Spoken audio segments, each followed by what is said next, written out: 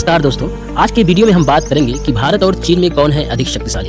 भारत और चीन दोनों एशिया के प्रमुख राष्ट्र हैं और विश्व राजनीति, अर्थव्यवस्था, सैन्य शक्ति और तकनीकी विकास में महत्वपूर्ण भूमिका निभाते हैं। यह तुलना विभिन्न क्षेत्रों में की जा सकती है, जैसे सैन्य शक्ति, आर्थिक स्थिति, जनसंख्या, तकनीकी, वैश्विक प्रभाव आदि। तो सबसे पहले हम सैन्य शक्ति के बारे में तुलना करते हैं। तो चीन की सेना, जिसको पीपल्स लिबरेशन आर्मी कहते हैं, वो दुनिया की सबसे बड़ी सेना है। चीन के पास आधुनिक हथियार, मिसाइलें, परमाणु हथियार, अत्याधुनिक लड़ाकू विमान और नौसेना की ताकत है। चीन ने हाल के वर्षों में रक्षा बजट में भारी वृद्धि की है। लगभग 2024 में 225 अरब डॉलर चीन का रक्षा बजट था। साइबर युद्ध और स्पेस टेक्नोलॉजी में चीन आगे है।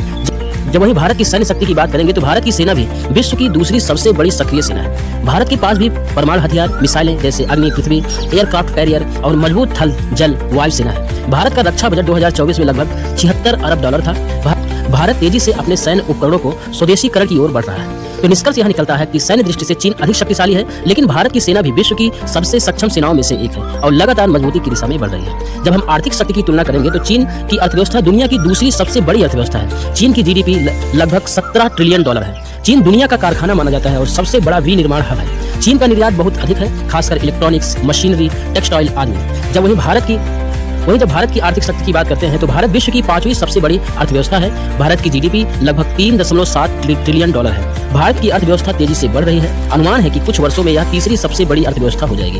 भारत आईटी, फार्मा, स्टार्टअप, सेवा क्षेत्र में तेजी से उभर रहा है। तो इसका निष्कर्ष यह निकलता है कि वर्तमान में चीन आर्थिक रूप से अधिक शक्तिशाली है, लेकिन भारत की विकास दर तेज है और भविष्य में यह अंतर कम हो सकता है। जब जनसंख्या और जनशक्ति के मामले में तुलना करेंगे तो वर्ष 2023 में भारत ने जनसंख्या के मामले में चीन को पीछे छोड़ दिया। भारत अब सबसे अधिक जनसंख्या वाला देश है, लगभग 142 करोड़।